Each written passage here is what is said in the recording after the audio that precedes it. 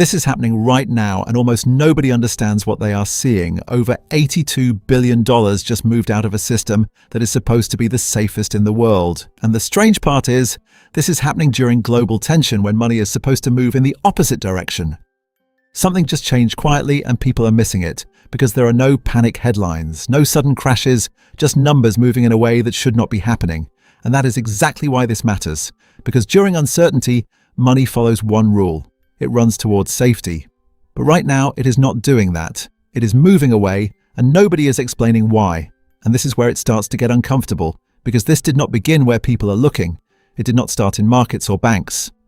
It started somewhere most people ignored, a place that quietly controls a massive part of the world's energy flow, and when something shifted there, the impact did not show up instantly. It spread silently across multiple economies, and this is where the pressure builds, because currencies started weakening, costs started rising, and governments suddenly needed something urgently, not time, not stability, but dollars, fast.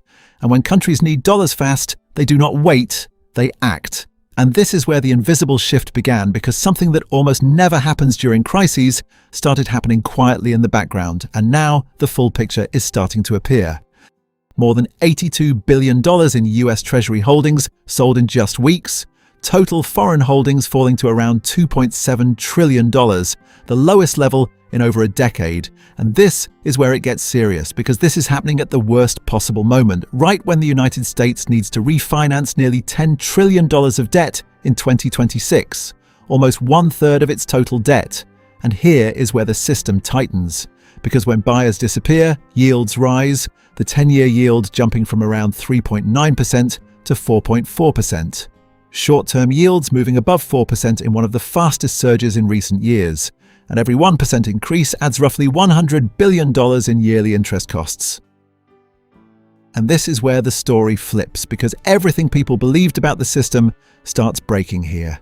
This is not just a reaction to conflict, this was building quietly for years. Countries were already reducing reliance on US debt, slowly diversifying reserves, preparing for a different system. And the current crisis did not start the shift. It exposed it and accelerated it at the worst possible time, and now the global reaction is impossible to ignore. Germany is reassessing exposure, Japan is adjusting strategies, the United Kingdom is watching currency pressure, and Canada is aligning with broader changes. This is not isolated, this is a global shift.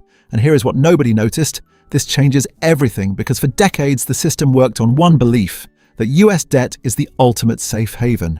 But what happens when during uncertainty money starts moving away instead? That is not just unusual, that is a warning signal. And once that belief cracks, the system does not collapse instantly. It tightens, it strains, and then it reshapes. And this is where it hits you directly, because higher borrowing costs mean expensive loans, rising fuel prices, higher food costs, and pressure on your daily life that keeps increasing silently. So now the real question is not just about oil or debt or conflict, it is about what this turns into next. Are we watching the early stages of a global financial reset, or a system losing control under pressure? And if this continues, who gets hit harder, the United States or the rest of the world? Or does everyone take the hit at the same time? If you found this breakdown valuable, your support means a lot. Like the video and subscribe to the channel. It truly motivates me to keep making content like this.